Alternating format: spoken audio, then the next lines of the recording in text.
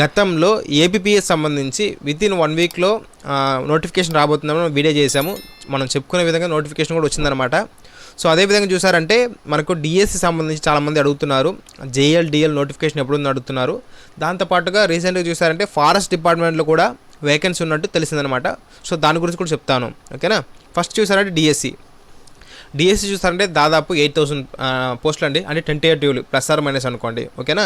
దీనికి సంబంధించి చూసారంటే నోటిఫికేషన్ ఈ డిసెంబర్ మంత్లోనే ఇచ్చేటట్టు సమాచారం, ఓకేనా. సో ఖచ్చితంగా వస్తుందండి ఈ డిసెంబర్లో. సో చదవండి. ఆ తర్వాత చూసారంటే జేఎల్డిఎల్ ఈ 2 పోస్టులు కూడా మీకు నోటిఫికేషను ఈ డిసెంబర్ మంత్లోనే వస్తుంది, ఓకేనా.